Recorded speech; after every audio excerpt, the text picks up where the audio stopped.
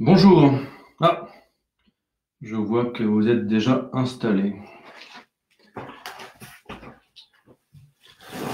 Bonjour, monsieur Birard. Alors,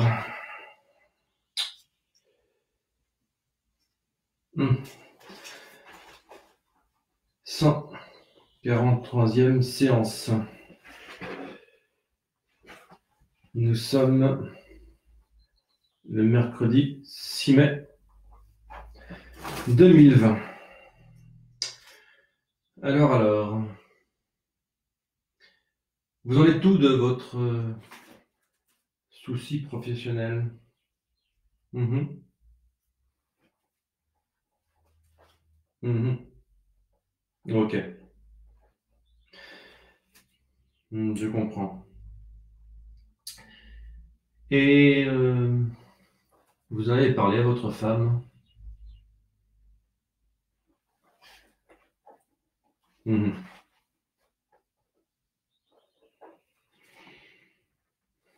Oui, je comprends. Mhm. Et vos enfants? Ils comprennent? Ils acceptent?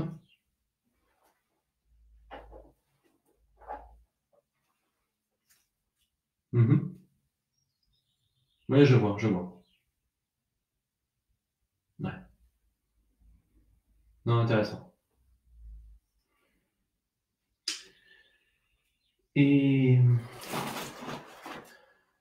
votre projet, si, on en avait parlé, votre projet de déménagement par rapport à tout ça. Mhm.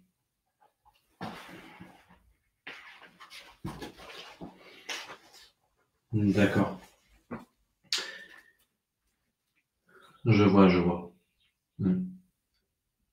Ouais. Mhm. Mais dites-moi, aujourd'hui, là, à l'heure où on se parle, mercredi 6 mai 2020, comment ça va?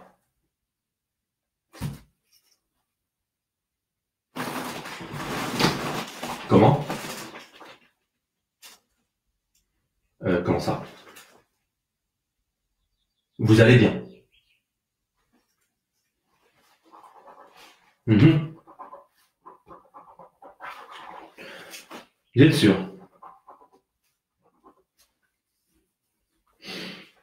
Hein? Vous allez bien, vraiment? Vous plaisantez? Vous n'êtes pas sérieux? Mais vous le savez. Vous savez que c'est pas possible d'aller bien. Martin Bérard, quand même. On se connaît depuis le temps qu'on se voit. Il faut se ressaisir. Quand même. D'accord. Mais vous êtes devenu sourd, aveugle. Vous ne, vous ne regardez plus les journaux et la télé. Vous n'avez plus de télé. Mais, Monsieur Bérard, vous perdez la raison, mon cher. C'est pas possible d'aller bien. Il faut se ressaisir. Et pendant le confinement en plus. Vous m'inquiétez. Oui, continuez, continuez. Mhm, mhm. On en a déjà parlé de ça. Vous le savez. Mhm. Mais oui, vous savez que la vie est dure. Mais vous savez que l'économie s'écroule. Rappelez-vous tous les problèmes qu'on a échangés. Sur votre famille, votre job, vos enfants, sur tous vos soucis là. Rappelez-vous de ça. J'étais bien content de me voir pour me parler de votre mal-être.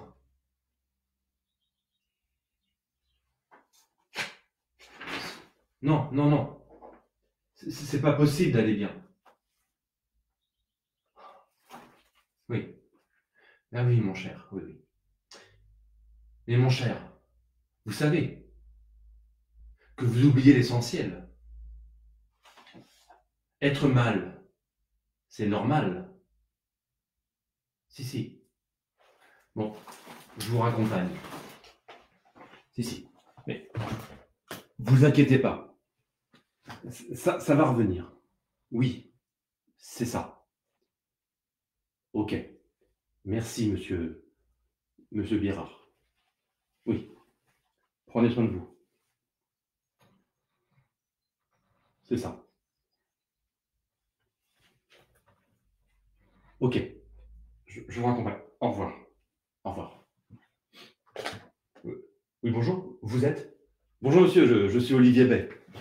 Oui, enchanté. Je suis Jacques. Jacques Imula, psychiatre. Une question. Je peux vous demander comment ça va? Ah, moi, ça va super bien. Pourquoi? Pour rien. Pour rien, je sais pas ce que c'est cette journée où tout le monde va bien. Mais vivement le confinement. Comment, monsieur? Le déconfinement, peut-être. Oui, c'est ça. Le déconfinement. Bon, il est bizarre, ce gars. Bizarre. Psychiatre Jacques Imula. Comment ça va? Moi, ça va. Bizarre sa question quand même, non? Salut tout le monde. Et vous? Comment ça va? Ah ouais? Elle est étrange cette question. Voilà, comment ça va? Sacrée question en même temps. Comment ça va? Nombre de fois où on peut se la poser. Et en même temps, la réponse qu'on va lui donner va être, comment dire, assez... Je change de chaise, excusez-moi. Hop, en direct. Voilà, je laisse la chaise du psychiatre au psychiatre. Comment ça va? Elle est dingue cette question. Pour un psychiatre, lui répondre ça va bien, d'un seul coup, c'est un peu plus compliqué puisqu'on va voir un psychiatre quand ça va pas en théorie. Et on y va pour exposer nos mal-être, hein, et il aime bien fouiller, remuer pour faire sortir plein de choses, pour nous aider aussi. Je ne casse pas sur les psychiatres, c'est pas l'enjeu de ce live. Mais un psychiatre qui n'aurait que des clients qui lui disent ça va super bien, bon, la coiffure c'est autre chose, ça je peux rien. Ce serait assez compliqué pour lui. D'ailleurs, ça me rappelle une fameuse phrase de Jacques Imula, ce fameux psychiatre, qui disait « Les gens heureux sont des malheureux qui s'ignorent ». Je peux vous citer, Jacques, je donnerai son adresse plus tard pour ceux qui veulent le consulter. Les gens heureux sont des malheureux qui s'ignorent. C'est pas une phrase de moi, c'est une phrase de psychiatre, comme on vient de voir. Donc, comment ça va? C'est pas un thème aujourd'hui précis sur ce live, la vie c'est important, c'est une question. Et donc, on a vu notre ami, le psychiatre, avec son client, et on a vu le psychiatre très, très étonné qu'il ait pu lui dire que ça allait. Encore plus en ce moment, pendant le confinement, puisqu'en ce moment, on a plein de raisons, entre guillemets, de bonnes, entre guillemets, raisons d'aller mal. Pourquoi j'ai voulu parler de cette question, comment ça va? Parce qu'en fonction de la réponse qu'on va lui donner, ça peut partir sur plein d'autres conséquences, selon la réponse que je donne, qu'elle soit vraie, qu'elle soit, comment dire, oui, vraie, mais on peut la cacher, la réponse. On peut ne pas être en forme et dire que ça va bien. Je vais donner des exemples précis. Quand quelqu'un vous dit ça va, et que vous lui répondez ouais, bof, pas terrible. Vous allez voir, quasiment dans 100% des cas, les gens vont s'intéresser à vous et vont vous dire ah bon, mais pourquoi ça va pas? Tu veux qu'on parle? Tu as un souci?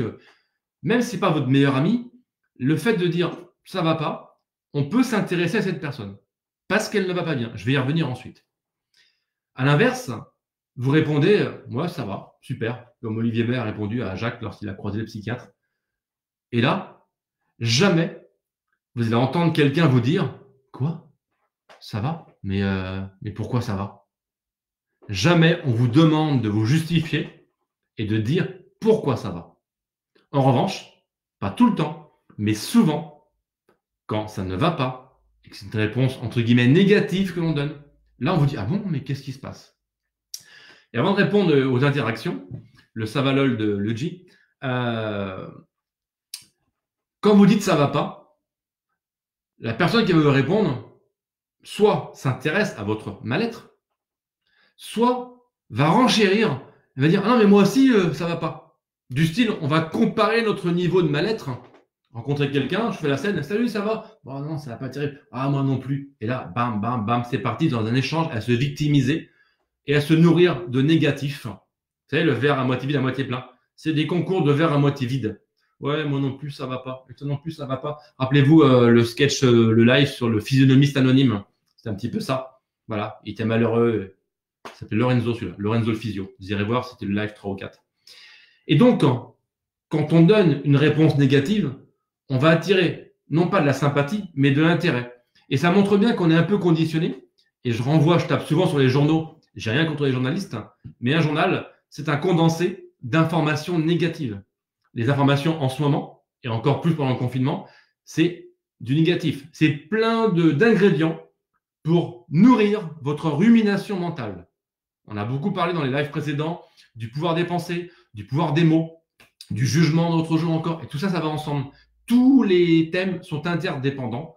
Dans la vie, c'est important. Quel que soit le thème que j'aborde, j'essaie de l'aborder de façon la plus holistique, la plus systémique possible. Il n'y a pas un thème isolé. Les thèmes sont d'interdépendance. Donc, pour répondre à cette question, comment ça va? Bah forcément, ça rappelle plein d'autres lives. Et donc, aujourd'hui, on est conditionné pour voir et pour s'intéresser à celui qui ne va pas bien. Un journal avec que du positif, déjà, ça a du mal à se vendre. Et en plus, on n'est pas prêt. On n'est pas prêt à lire que du positif. Si tout le monde allait bien, Jack c'était le fantôme, Jacques Imola, le psychiatre que vous avez vu tout à l'heure, n'aurait plus de clients. Je n'ai rien contre les psychiatres, je répète. Mais si tout le monde était en bonne santé, il n'y aurait plus de médecins. Si tout le monde avait la pêche, il n'y aurait plus de discours et de lois pour interdire ceci. Non. Aujourd'hui, on est baigné dans une sorte de microcosme négatif en permanence. Et aller mal, c'est presque normal. Rappelez-vous la dernière phrase du sketch où le psychiatre dit à son client, mais il dit ça comme ça.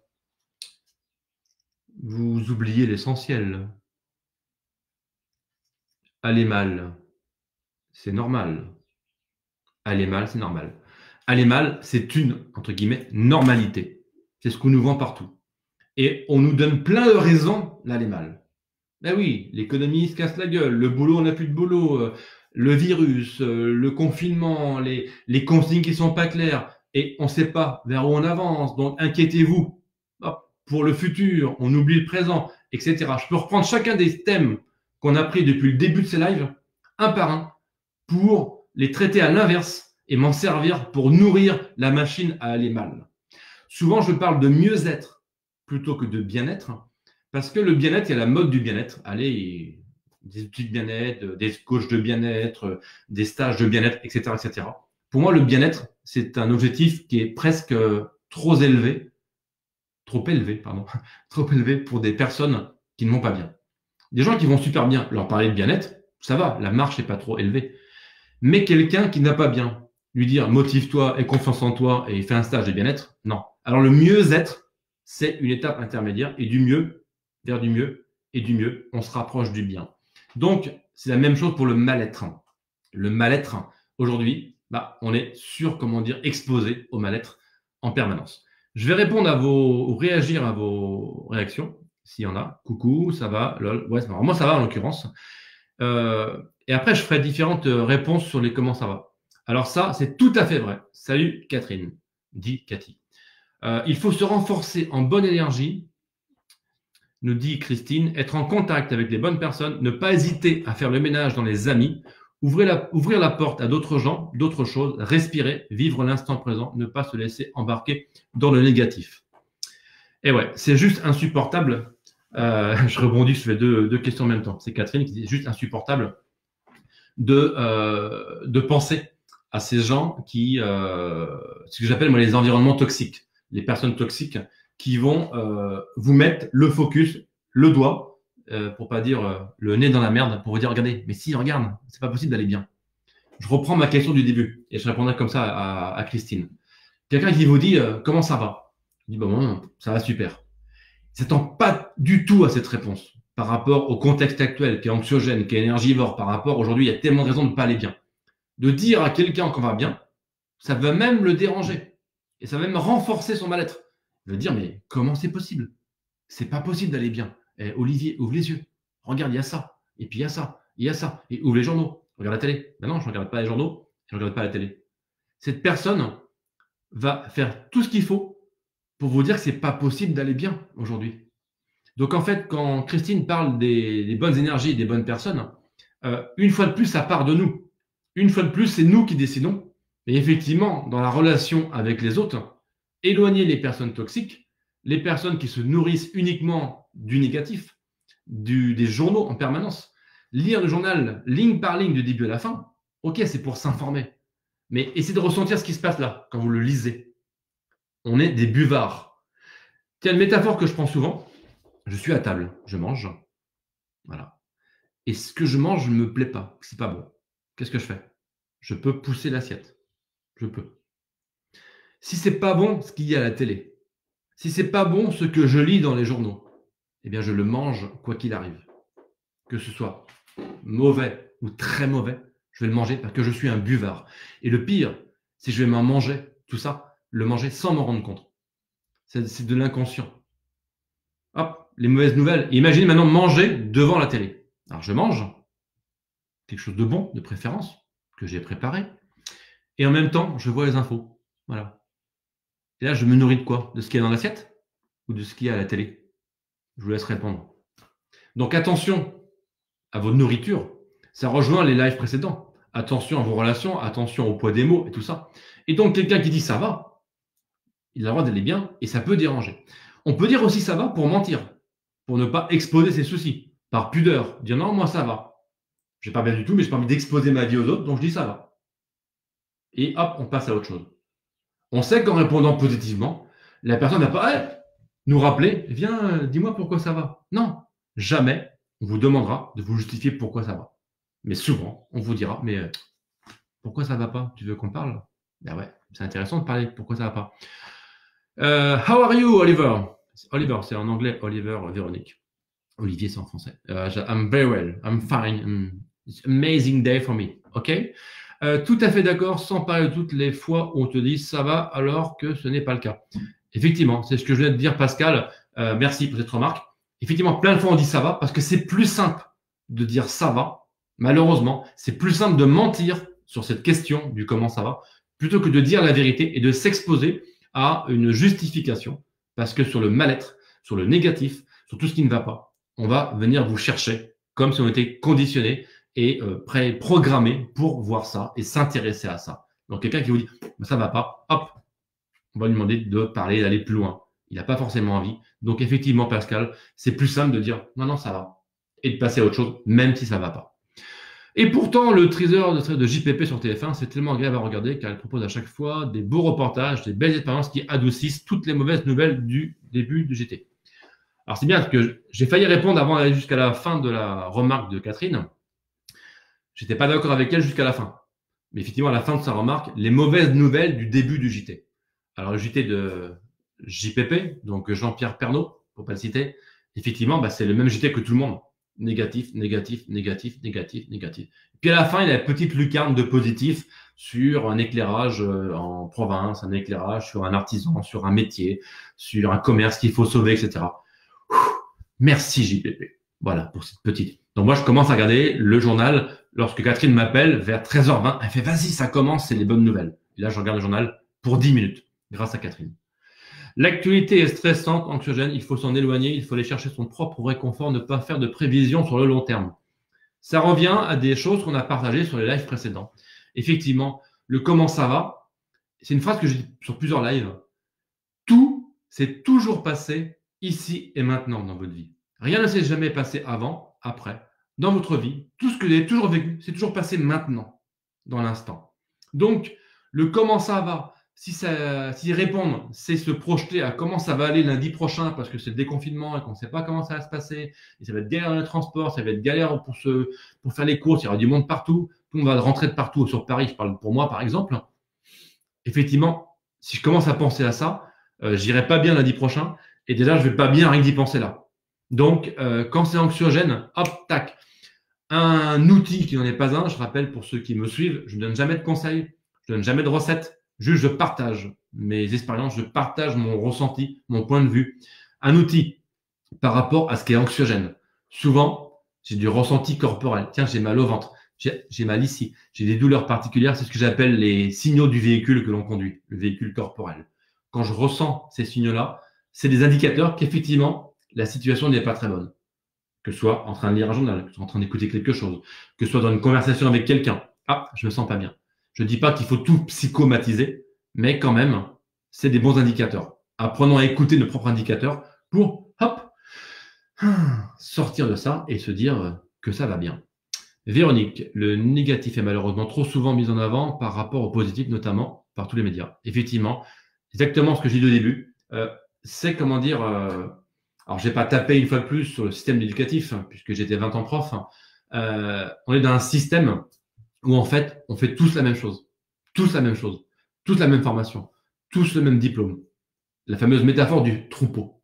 Et donc, on est conditionné pour faire. Voire pour avoir un jour. Et peut-être, si on a de la chance, être. Alors qu'il faudrait juste tout inverser. Commencer par être pour faire des choses et avoir des résultats. Donc effectivement, on nous a appris à voir le négatif. Pour un exemple pour illustrer, une copie. Je me suis amusé aujourd'hui à faire la dictée sur France 2. Et bien voilà, si j'avais été dans une classe, on m'a dit là c'est faux, ça c'est faux, ça c'est faux. Attends, j'ai fait que 2 fautes. En 4 ans, il y en avait 2, c'était à cause d'Edouard Baird. Ça c'est hors sujet. Bref, pour répondre à Véronique, effectivement, un prof m'aurait dit pas bon, pas bon, pas bon, pas bon. On est conditionné pour voir le négatif. Donc si je remets par rapport au sujet du jour, comment ça va?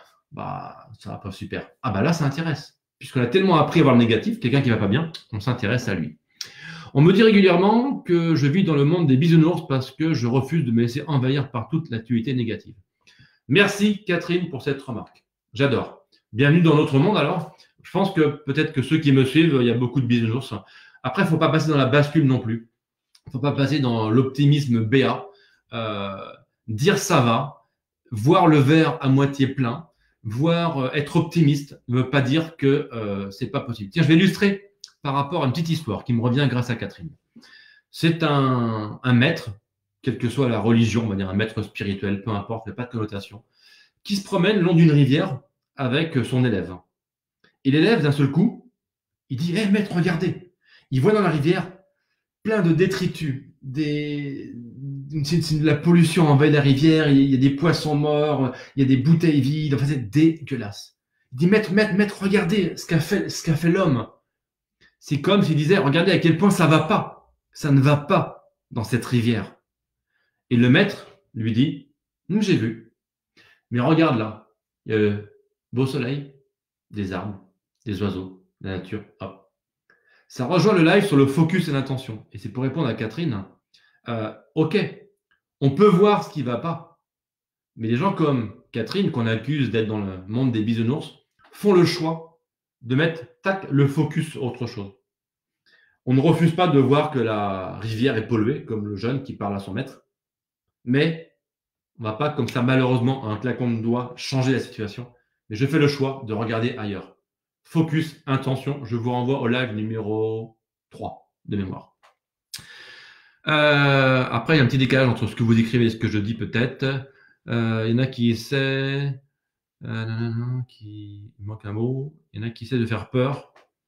Il y en a qui essaient de nous faire peur, ne serait-ce que la mort. On a parlé un petit peu la semaine dernière aussi de ça, par rapport aux peurs. Avoir peur de la mort, c'est avoir peur de la vie. Et être focus sur la mort, puisqu'on a parlé de focus d'intention à l'instant, être trop focus sur la mort, m'empêche de vivre la vie. Et d'ailleurs, j'en profite pour faire, j'ai fait une émission de radio hier où j'ai parlé de ça. Et j'ai dit une contradiction. Il y a un mot malheureux. J'ai dit qu'en fait, beaucoup de gens pense trop à la mort plutôt que de penser à la vie. Et je dis malheureusement, la mort fait partie de la vie.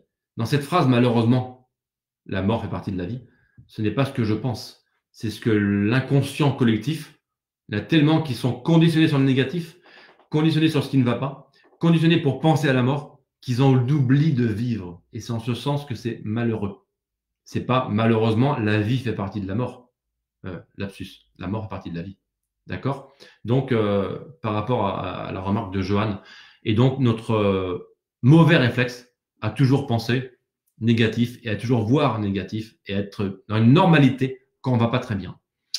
Nous sommes des éponges, il faut donc s'entourer de personnes positives pour l'être. Effectivement, c'est ce que j'appelle les vibrations. Les émotions sont contagieuses. Il n'y a pas que les virus qui sont contagieux.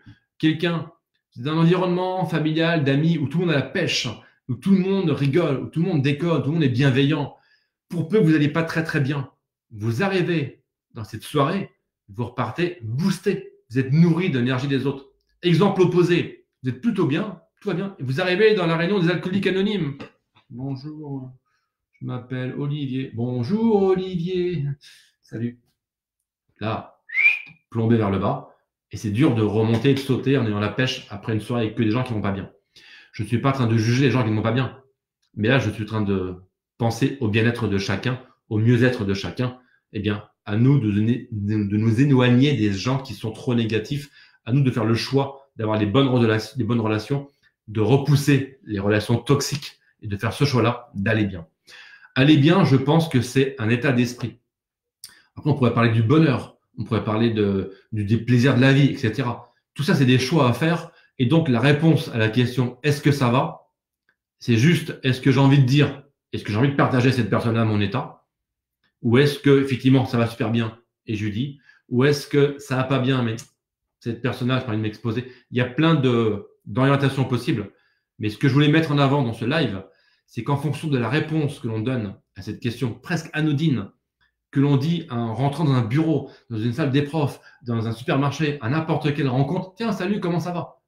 On ne se rend pas compte de l'impact de cette question et de tout ce qui peut se cacher dans la réponse que l'on demande. Et c'est pas forcément facile de répondre à cette question. J'avais noté ici également, par rapport à comment ça va et la façon d'être focus sur le négatif, sur le positif parfois pour certains, pour les bisounours dont on a parlé tout à l'heure. Quand ceux qui ne vont pas bien et que vous intéressez à eux de façon bienveillante et que vous avez envie de les aider, et vous leur dites non mais regarde, change ton focus, regarde ceci, regarde cela, comme l'exemple tout à l'heure dans l'histoire. Ok, la rivière est sale, il y a plein d'autres raisons d'aller bien. Et ils vont vous dire des phrases du style oh, c'est trop beau pour être vrai. Cette phrase, elle me fait mourir de rire. C'est trop beau pour être vrai. Ça veut dire quoi cette phrase? C'est trop beau pour être vrai. Et souvent, je m'amuse à penser à la phrase inverse. Imaginez, c'est moche, donc j'y crois. C'est l'inverse de c'est trop beau pour être vrai. C'est trop beau pour être vrai. Ben non, je peux pas aller bien, trop dur la vie. C'est trop beau pour être vrai. Donc l'inverse, c'est moche. Ah, donc là, j'y crois. C'est une blague. Donc voilà, c'est une petite blague par rapport à ça. Non, les éponges, j'ai déjà répondu. On nous a conditionnés. L'actualité fait peur, le monde fait peur. On nous oblige à ne pas contacter les gens. Je préfère être accompagné par la musique. Ben voilà, c'était une transition. C'est bientôt la fin. Merci Christine. Quels sont les outils pour aller bien? Une fois de plus, rappelez-vous de la métaphore de l'œuf. Hop, tout part de l'intérieur. C'est vous qui décidez. Tout est à l'intérieur de l'œuf, comme une éclosion. Quand on sort de l'œuf, c'est le début de la vie. Mais quand on le casse, c'est la fin. Donc les autres peuvent casser votre coquille, vous subissez et vous êtes impacté. Et pour peu qui sont toxiques, ils ne vont pas vous faire aller bien. Mais à l'inverse, si c'est vous qui choisissez de péter votre coquille, d'aller vers l'extérieur, quand ça part de vous, là, il n'y a pas de souci, il n'y aura pas de négatif. C'est vous qui faites le choix de. OK? Et non pas subir. Alors, je vais répondre à une dernière fois à 2 personnes, parce qu'après on va être sur la fin par rapport au timing. Un de mes frères ne m'a jamais parlé. Après, alors Johan, merci de ta participation. J'ai beaucoup parlé de toi la semaine dernière et je te remercie encore de ta présence. Johan est passé par un coma qui est assez long et Johan est actuellement en rémission dans sa période de résilience et progresse tous les jours pour aller mieux.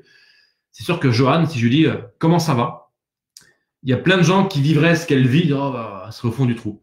Joanne, c'est quelqu'un qui diffuse du positif malgré ce qu'elle a vécu. Je suis pas là pour dire ce qu'elle a vécu, mais elle sait ce qu'elle a vécu, elle sait par où elle est passée, elle sait encore, ou elle imagine le chemin qu'elle a encore à parcourir, mais à l'instant T, au jour présent, avec sa famille, ses enfants, sa fille, son chéri, les enfants, leur famille recomposée, ils sont un exemple de bonheur. Et justement, par rapport à ça, les outils pour aller bien, on parlait de la musique pour Christine. Pour Joanne, elle ne me contredira pas que pour aller bien, c'est l'environnement. On a parlé des personnes toxiques. Et bien à l'inverse, choisissez vos bonnes personnes, entourez-vous des bonnes personnes et ce sera vachement plus simple d'aller bien. Des personnes bienveillantes qui comprennent votre histoire et je crois que Joanne est très bien entourée en ce moment et ça me fait très plaisir pour elle. Valérie, et si grâce à la distanciation physique, on se permettait de choisir scrupuleusement les personnes qu'on accepte de rencontrer physiquement, que les gens qui nous font du bien, plus besoin de se coltiner ce collègue taciturne ou cet ami qui râle sur le gouvernement à chaque apéro. Ouais, eh bien, valide, je crois que c'est ton prénom. Je t'encourage à faire ça. Effectivement, si l'entraînement qu'on a eu en distanciation physique pendant le confinement, où on a été contraint et obligé de côtoyer moins de personnes, d'en côtoyer plus d'autres par téléphone, par des Skype, par des visios, etc., mais pas autant physiquement qu'avant, et bien du coup, on a peut-être pu faire un tri. Et après le confinement, lorsqu'on va vous poser cette question, comment ça va? Peut-être que juste réfléchir à comment vous avez vécu votre confinement. Donc, une fois de plus, je ne juge pas les confinements, chacun le vit à sa façon. Mais pour ceux qui l'ont vécu plutôt bien, il faut faire l'introspection et se dire que, ouais, tiens, un tel, il ne m'a pas manqué. Un tel, voilà.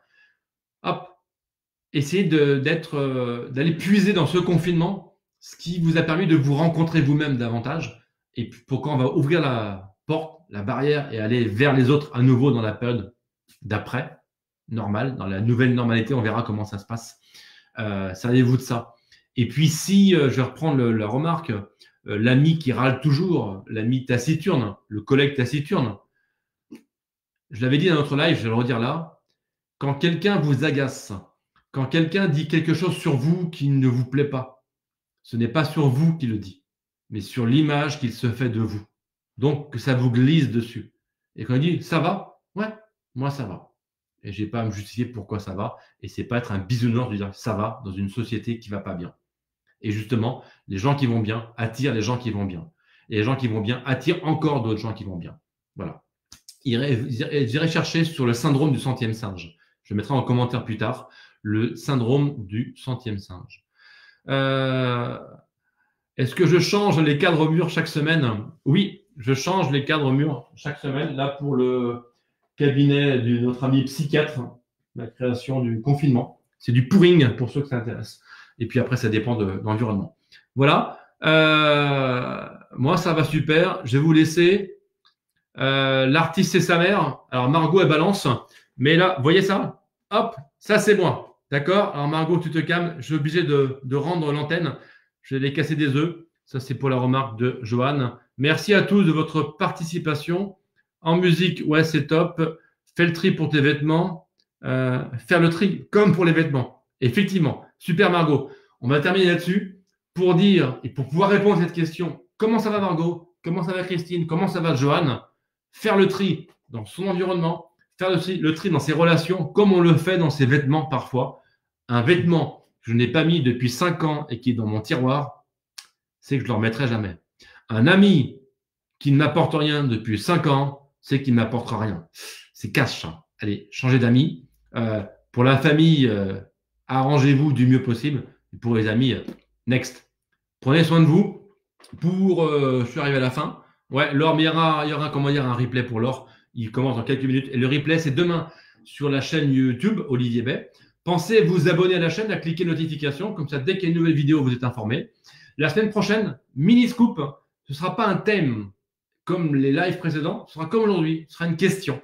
Une question. Aujourd'hui, c'était comment ça va? Et on a vu qu'en fonction de la réponse que vous donnez, il y a plusieurs niveaux de relation qui se jouent.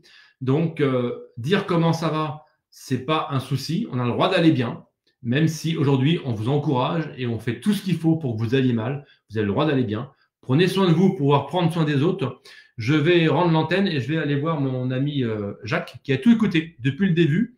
Jacques Imula, pour ceux qui l'ont loupé, attendez le replay. Et vous allez voir, au début, il était là, hop, dans son siège, ici.